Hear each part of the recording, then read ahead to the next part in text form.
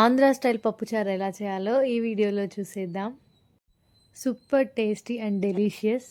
Making ప్రాసెస్లోకి వచ్చేస్తే ముందుగా నానబెట్టుకున్న కందిపప్పు, 1 ఆనియన్, 2 టమోటాస్ వేసుకోండి. కొంచెం పసుపు వేసుకోండి, కొంచెం ఆయిల్ కూడా, సాల్ట్ వేసుకున్న తర్వాత వాటర్ వేసుకొని విజిల్స్ పెట్టుకోవాలి. మినిమం 4 విజిల్స్ పెట్టుకోండి, మెత్తగా అయిపోవాలి. తర్వాత నానబెట్టుకున్న చింతపండులోంచి రసం తీసుకొని అది ఇందులో కలిపేసుకోవాలి. కొంచెం వాటర్ పోసుకొని కారం, రసం పౌడర్ వేసుకొని స్టవ్ మీద ఉడికించుకోవాలి. ఇది తర్వాత ఏముంది, తాలింపు పెట్టేసుకోవడమే. దానికోసం ఆయిల్ వేసుకొని ఆవాలు, జీలకర్ర, శనగపప్పు, వెల్లుల్లి, కరివేపాకు, కాస్త ఇంగువ, ఎండుమిర్చి వేసుకొని వేయించుకోవాలి. అవన్నీ బాగా వేగిపోయిన తర్వాత ముందుగా మనం చేసి పెట్టుకున్న రసంలో ఇది కలిపేసుకొని కాసేపు ఉడికించుకోవాలి. ఒక్క పొంగు వచ్చిన తర్వాత కొత్తిమీర వేసుకోవాలి.